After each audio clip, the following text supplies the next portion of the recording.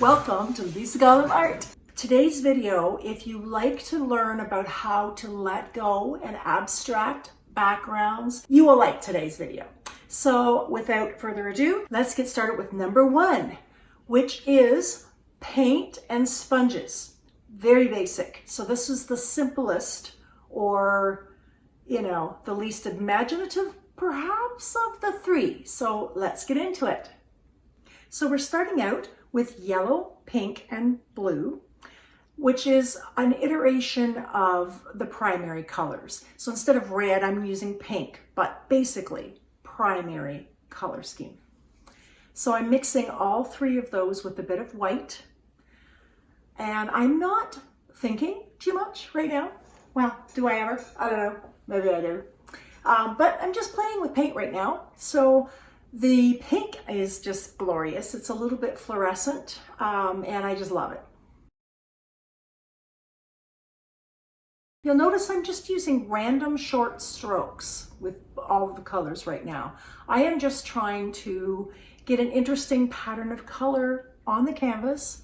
You really can't do this stage wrong. Many people are very hesitant when it comes to just sort of putting paint on without an agenda, but I love it. It's so freeing just to play, just to put the paint down. So now you see I'm transitioning to a light blue. Because they're all primary colors, they will mix together to produce secondary colors. So you'll start to see a little bit of purple when the blue and the pink collide, and you'll see a little green when the blue and the yellow collide. And you will see a little orange where the pink and the yellow collide. Collide, I don't know, that's an aggressive word, but you know what I'm saying. When they touch or overlap at all, you will get those secondary colors, which is fun. That's why I chose primary colors for my color scheme for the background, just to kind of, it'll all kind of turn into a rainbow, which I like rainbows. I don't know about you. So yeah, now I'm just trying to get the canvas all covered with paint. And again, using randomized strokes, all directions, not any big long arm strokes, just sort of like you're dueling, like you have a sword and you're dueling with the canvas. Like that. I'm silly, I know. So just so you know, I sped some of the footage up about 130%. That is just so we're not here all day, because I don't expect you to be painting along. If you want to try this, which I hope you do, try these backgrounds, I suggest you just watch the video, watch a piece, pause it, watch a piece, pause it. And also you can slow down or speed up anything on YouTube you're watching. Just hit the little cog in the bottom corner. Corner? What's a corner? In the bottom corner, there's a little cog settings button, and you can change the playback speed. Just so you know, there's a hint for you. All right, now I had all that color, and I know they were mixed with white, but I found it was too high chroma, too intense color, and not enough resting space. So I'm adding some white, and of course, the paint's all still wet. So with acrylic, as long as your paint's still wet, it will mix with the thing you put on top of it, like you can mix it in. So I'm kind of almost like mixing colors on my canvas right now. So adding the white to that green gives me a really lovely teal, which is pretty. I like teal. Teal and purple are my two favorite colors. I don't know if you picked up on that, like judging from the background and the foreground. Yeah, I am what I am, and it's all that I am. I decided the pinks got kind of lost, so I'm adding some more back in. And again, I'm not consciously thinking most of the time. Now that might have been a conscious thought, so I might have just lied there. But yeah, I think I looked at it and said, hey, where'd the pink go? I like pink, where'd it go? So I'm adding more back in.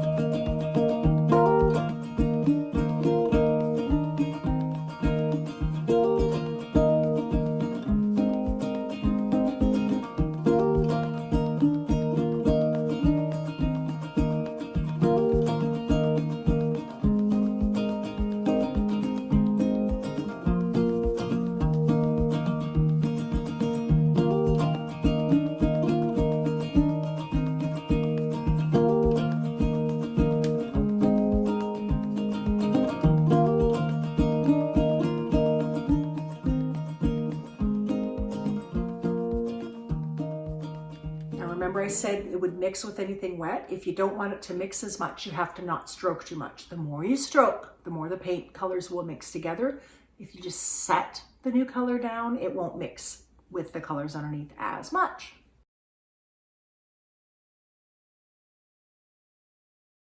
Hey, I'm bringing out the sponge. This is one of my favorite sponges. I don't remember where I got it, but if you're shopping for a cool sponge, look for something that looks like Swiss cheese, because they make really interesting marks on a canvas. And so you can use it to kind of blend in certain areas. I want a little more rest on my canvas. I don't want to get rid of all the hard lines of the brush strokes, but I would like to sort of subtle them up a little bit in spots. And there we go. I'm going to let it dry and I'm going to call that done. So here we go with number 2. And this one is sponges and stencils. So we're going to have some fun. So instead of using a brush, I'm just painting with the sponge to get the paint down, the first layer, to get the first layer of paint. I can't talk today. First layer of paint down, that's always the really necessary first step. And I usually like to cover the whole canvas with the first layer. And I'm not trying too hard to make it look like anything. I'm just rubbing the paint on and having fun. And the nice thing about a sponge is when you rub it, it creates nice swooshy, sort of blendy lines. But when you dab it, you can get those cool little textures that I showed you in the last sample.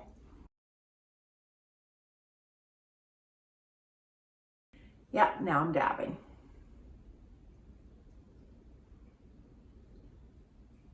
Just creates such neat marks, doesn't it? So cool. And so I can decide where I want it to look blurry or misty and where I want it to look more textured and defined.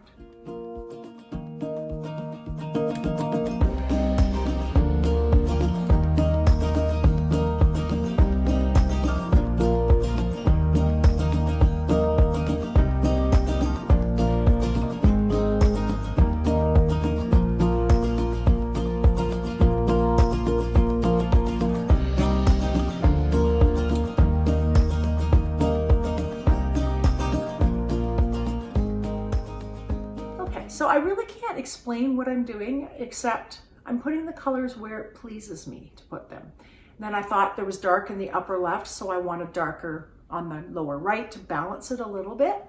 You don't want one area of a canvas to be a whole different color or different darkness than the rest of the canvas. So I needed to make it more balanced. And now I'm doing my famous splattering paint with a toothbrush, which requires, by the way, a lot of water in the paint mix. So now we're going to add in some pink, because again, all three are going to be of the similar color scheme. Basically primary colors. That's what they are. And you'll notice I'm using my finger. I apologize. I know you might think real artists don't use fingers, they would use art tools, but you know what? Whatever is handy and works for the technique at hand or for the goal at hand, that's what I'm going to use. Because I'm lazy. I want to do it the most efficient way for me.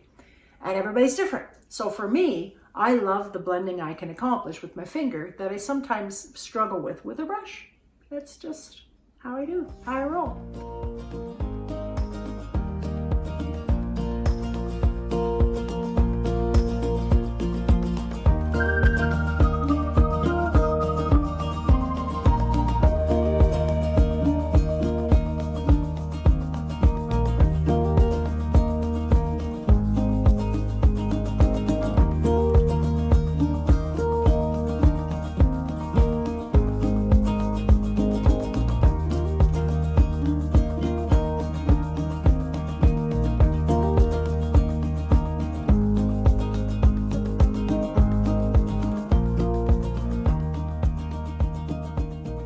Now you see me adding some white.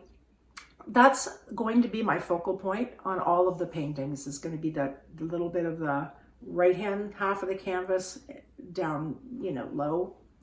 And that's going to be where the heart happens. And you'll have to watch the next video to see how these turn out in the end. And I should be releasing that one next week. Okay, here I am defining the heart a little bit more with my white paint. And still playing with my fingers. Me and my finger painting. And you can tell too, see my fingernails? Covered in little bits of paint. And that's after washing my hands several times.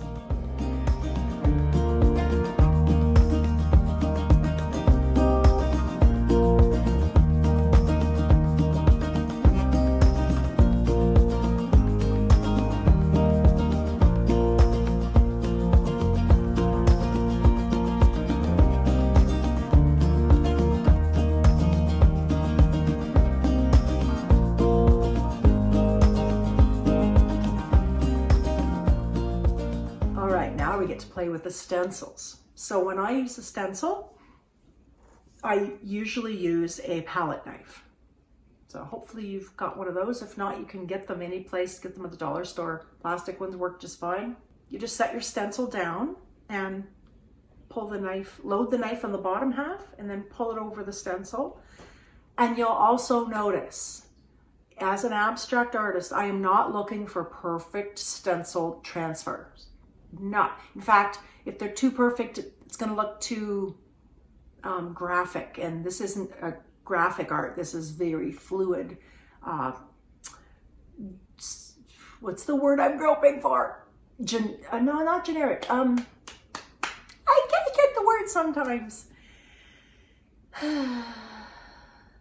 Anyway, it's all good.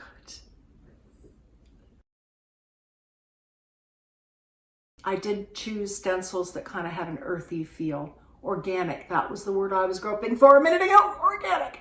Gives it an organic feel. That's the word. Yes. Too perfect stencil placement will make it look like a child painted it or a graphic artist. A lot of respect for them. I'm not that kind of artist. I'm very, very organic. Oh, that's the word of the day. Organic. Because it's going to be organic. And if I say it enough times, the next time I'll remember it. You will notice now I picked up a brush and I'm basically just blurring some of the places. And I'm kind of, again, I'm just choosing my moments. I want to balance between misty and smooth versus more graphic and more textured. I want both of those things and I want them in balance to make my eyes happy. So that's kind of what I'm attempting to do here, fading out some of the graphics that I just think are overkill. It'll be interesting to watch how this painting progresses as I do the foreground or the subject matter tomorrow, and then hopefully do a video for next week.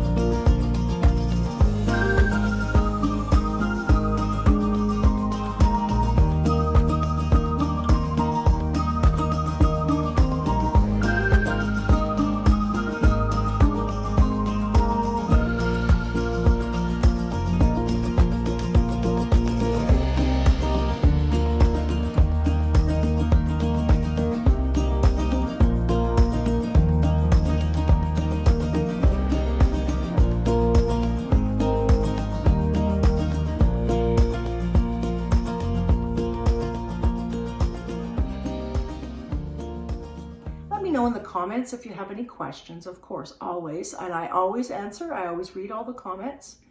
Also let me know if there's any sort of tutorial you'd like to see me do, anything you're struggling with that I could maybe do a video about, and I would be happy to do that.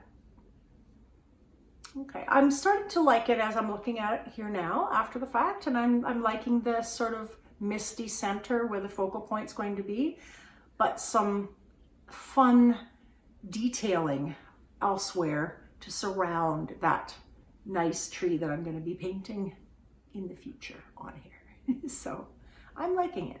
It's good. It's interesting. It's different. And you know me, If you know me, you know I like different.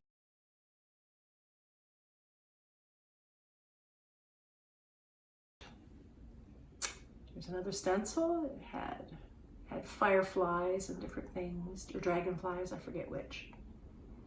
So now I'm deciding just to use the knife for some texture and for some movement. That's the other thing that's always good to put in your abstract, is a little bit of a flow, a movement of the objects and the strokes, whether it be strokes with a knife or a paintbrush. And you see I'm creating a little bit of motion there, which looks really cool. And again, I wasn't thinking about it. It just kind of happened, because that's what happens with me. Yeah, I'm really liking that one. That's really neat. And you notice also that I layer stencil on top of each other, because that makes it look a little more natural. Where instead of like stencil here, stencil here, stencil here, stencil here, looks a little too predictable.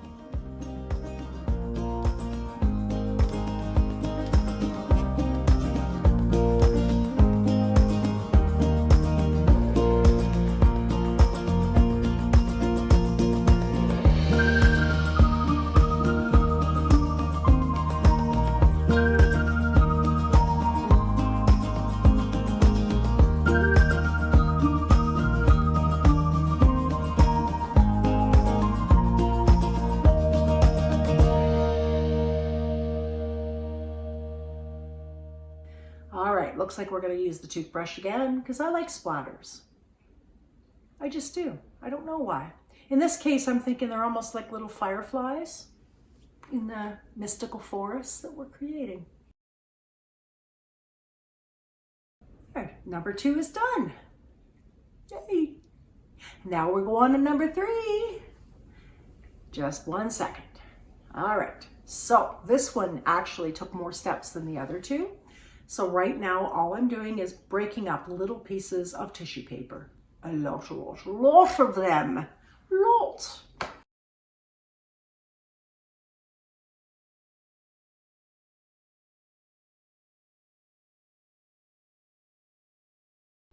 So now I'm just using white paint. Doesn't have to be Artist Loft, any kind of paint. But I'm spraying quite a bit of water in it. I want it to be nice, a little bit fluid. And then I'm just using it under and over top of different bits of tissue paper and just painting them down onto the canvas. Now this will require to dry overnight, or at least for a few hours, probably.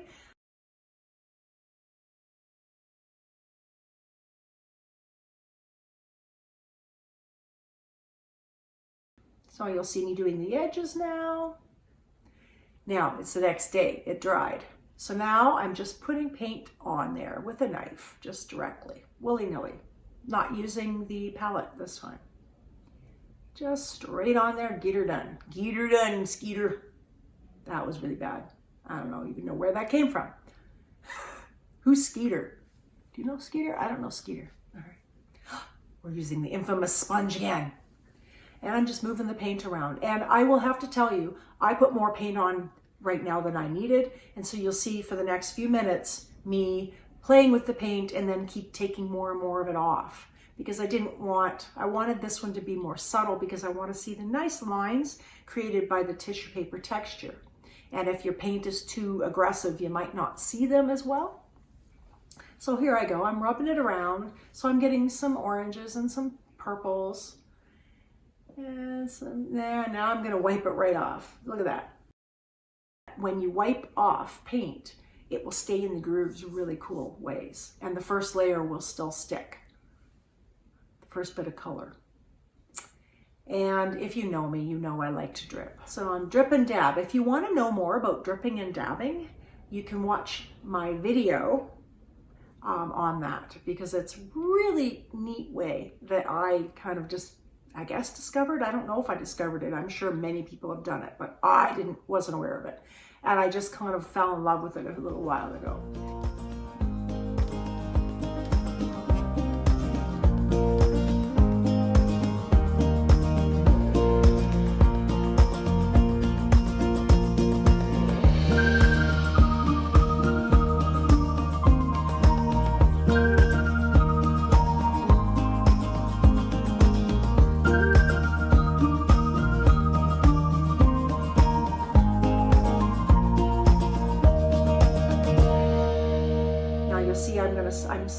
getting the darker colors and then dripping it down over top of the lighter colors. I'm dabbing again and just see all of those really cool lines. They just look ethereal to me. They just look fantastical, fantasy-ish, fantasiacal. I don't know what word I'm trying to search for, but it's not though any of those, but you know what I mean. There we go. Finished product, yay. Well, finished background. Loving it. And now it's got to dry for quite a while. 3 backgrounds done, yay! All right, thanks for hanging with me. Now, I will be posting next week the 3 paintings that are resulting from these 3 backgrounds. I may do 3 videos, I may just do 1, I haven't decided, but we will do that. So if you want to stay in the know, please hit that bell down below so that you're notified when I upload the next videos. And by the way, to do that, you should be subscribed. And actually, 80% of the people that watch my videos are not subscribed. I see that in my analytics. So what's up with that, man? If you're getting some value from my videos, I would just be so grateful if you subscribed. It really does help. It costs you nothing. It's a great way to support the channel. Thanks so much, and we will see you next time. Peace and love. Bye.